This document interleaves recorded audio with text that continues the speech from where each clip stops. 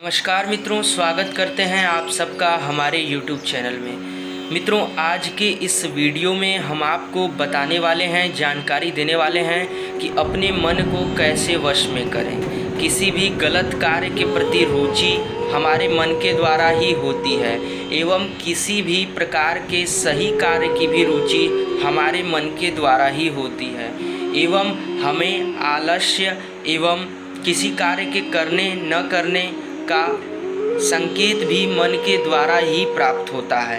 अर्थात कि अगर व्यक्ति अपने मन को वश में कर लेता है और अपने कार्य को सही दिशा की ओर करता है तो व्यक्ति सफल हो सकता है।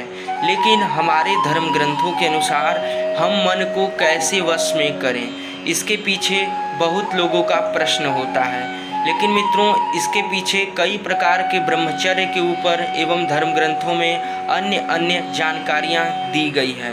लेकिन आज के इस वीडियो में हम आपको एक ऐसे सरल विषय के विषय में बताएंगे जिसे जानने के बाद आप अपने मन को आसानी से वश में कर सकते हैं। लेकिन हमारे द्वारा बताई गई बातों को आपको ध्यान में रखना होगा, तब आप बिल्कुल ही आसानी तरीके से अपने मन को वश में कर सकते हैं। चूँकि यह उपाय वैदिक है एवं नियम है, इसलिए आपको संयम एवं नियम से इसका ध्यान रखना होगा। यह पूर्ण रूप से वैदिक जानकारी है एवं शास्त्र प्रमाणिक है। आज की दी गई जानकारी में आप सब अपने अन्य इंद्रियों को कैसे वश में रखें, इसके विषय में भी जानेंगे। तो आइए मित्रों, शुरू करते हैं वीडियो को और आपको समझाते हैं। मित्रों, मन एक ऐसी इंद्री है जिसे अंतर इंद्री बोला जाता है, अर्थात कि जो अंतर इंद्री है, और यह हमारे पास एक ही है जिसके द्वारा हम कार्य को सही दिशा में करते हैं या गलत दिशा में करते हैं। मन ही सब कुछ है। मन ही स्वच्छ होता है तभी परमात्मा की भी प्राप्ति होती है।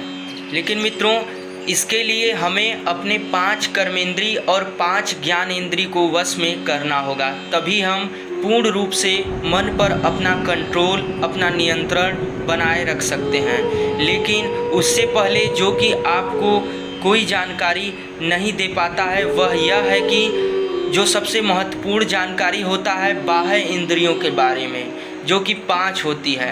अगर इस पे व्यक्ति ध्यानपूर्वक बल दे और इसके बारे में समझ ले तो कोई भी साधारण से साधारण मनुष्य आसानी से अपने मन पर पूर्ण रूप से नियंत्रण पा सकता है।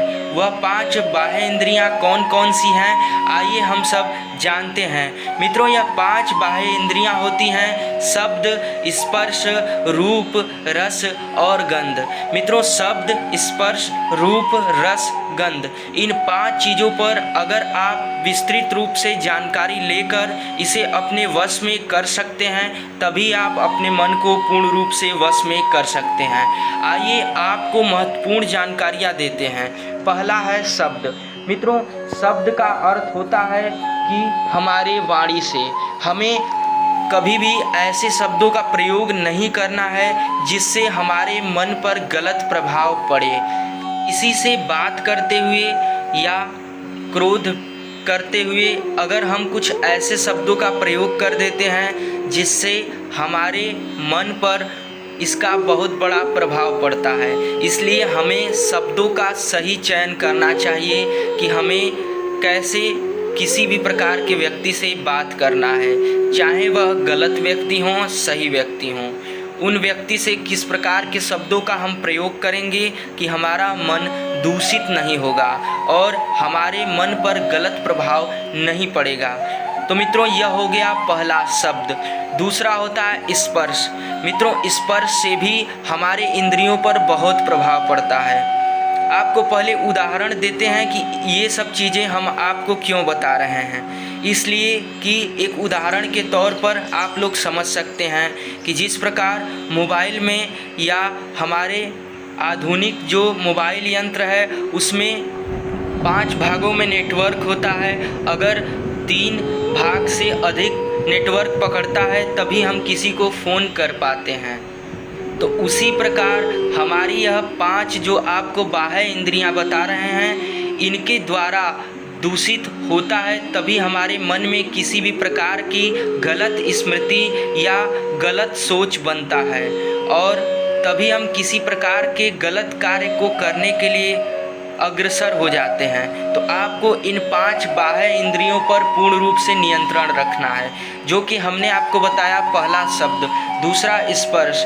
स्पर्श से भी हमारा मन दूषित होता है, इसका भी उदाहरण आप लोग समझ सकते हैं। स्पर्श, अगर हम किसी गलत पदार्थ का स्पर्श कर लेते हैं तो हमें स्नान करने या हाथ धोने या किसी अन्य प्रकार का मन में खिन्नता उत्पन्न होती है कि यह गलत चीज़ है, जिससे हमारे मन पर उसका दूषित प्रभाव होता है। इसलिए मित्रों, स्पर्श भी अच्छी चीज़ों का करें। ये हो गया शब्द, स्पर्श। और तीसरा रूप, अर्थात कि दृश्य भी वही देखें जो देखने लायक है। अर्थात कि जो हमारी आँखें हैं उससे बुराई सबसे पहले प्रवेश करती है और मन में स्मृति बनाती है। इसलिए व्यक्ति को वही चीज़ देखना चाहिए जिससे उसके ब्रह्मचर्य का पालन हो सके और उसके मन पर पूर्ण रूप से नियंत्रण हो सके।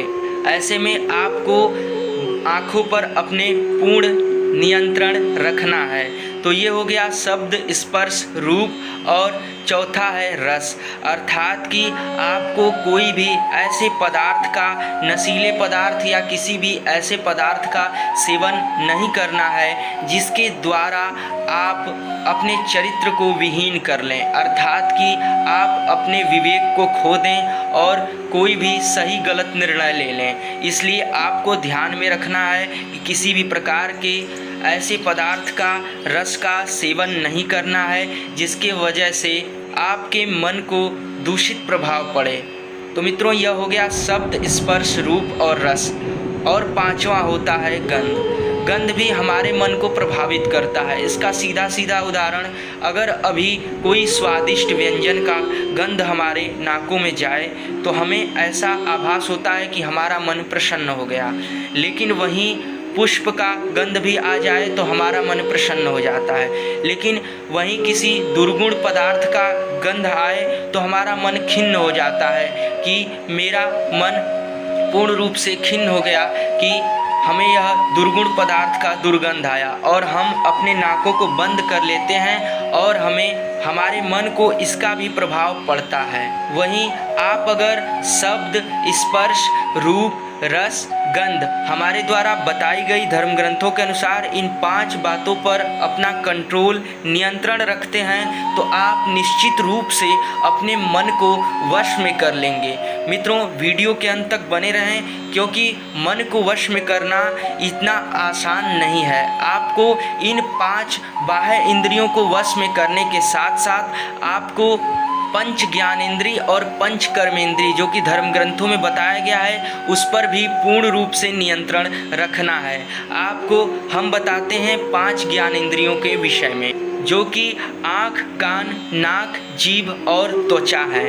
अर्थात कि आपको अपने आँखों से किसी भी गलत दृश्य का दर्शन नहीं करना है, उसे नहीं देखना है, क्योंकि बुराई आँख से सबसे पहले प्रवेश करती है और आपको अपने मन में गलत स्मृति भी आँख के द्वारा देखी गई दृश्य ही बना पाती है। वहीं दूसरा है कान। आपको कोई भी ऐसी दूषित गाली या किसी भी प्रकार के दूषित भाष्य को नहीं सुनना है जिससे हिंसा का भाव उत्पन्न हो या गलत कार्य करने का भाव उत्पन्न हो। अगर आप इसको ध्यान में रखते हैं तो आप अपने मन पर पूर्ण नियंत्रण कर सकते हैं। वहीं तीसरा है नाक। जैसा कि हमने बताया कि दुर्गंध के लिए, वैसे ही आपको अपने नाक का भी प्रयोग अच्छे स्वादिष्ट सुगंधित चीज़ों को सूंघने में करना है।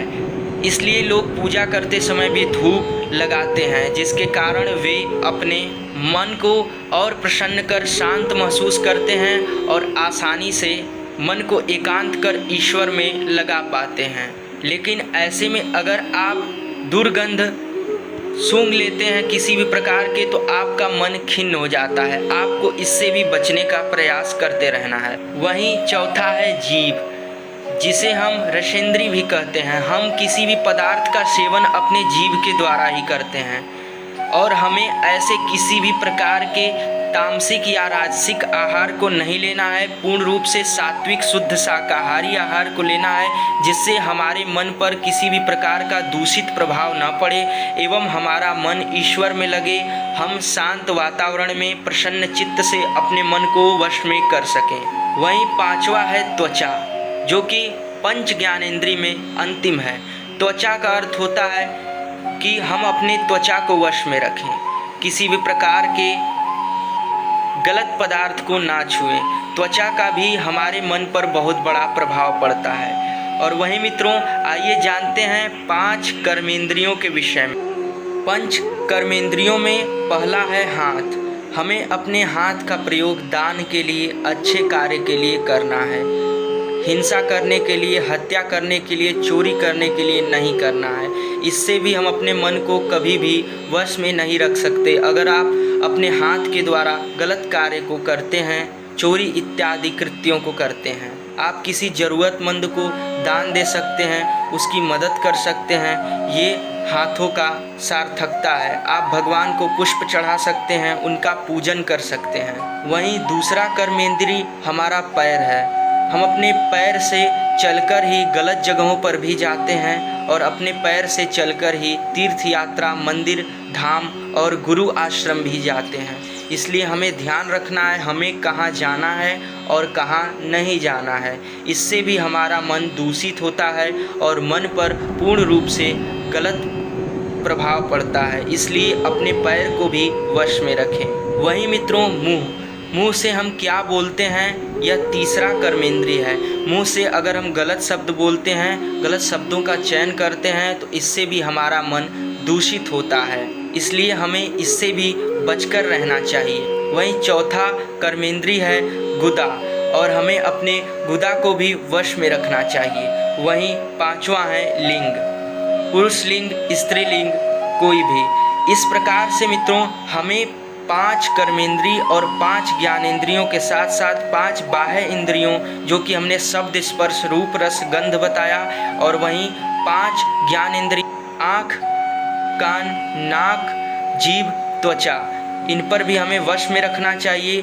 वहीं पंच कर्मेंद्रियाँ हाथ, पैर, मुंह, गुदा और लिंग, अगर इन सबको हम वश में रखते हैं तो हमारा मन पूर्ण रूप से एकत्रित एवं नियंत्रित भाव में रहेगा। इसके साथ साथ आपको मन तो वश में हो जाएगा, लेकिन मन को ज़्यादा समय तक वश में करना है और मन को अच्छे समय तक के लिए आपको वश में रखना है। तो आप ईश्वरी सत्ता की कृपा अवश्य प्राप्त करें, अर्थात कि नाम जप करें। नाम जप से आपके पूर्व पाप भी कटेंगे और आपको भगवान के प्रति रुचि बढ़ेगा।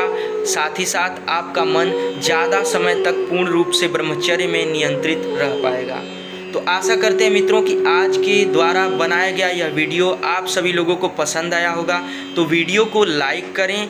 वहीं आप चैनल पर नए हैं तो चैनल को सब्सक्राइब कर लें, क्योंकि ऐसी ही दिव्य जानकारी हम निरंतर चैनल के माध्यम से लाने का प्रयास करते रहते हैं। और कमेंट में अपना राय अवश्य बताएं कि हमने आज के वीडियो में जो भी बताया वो आपको कैसा लगा।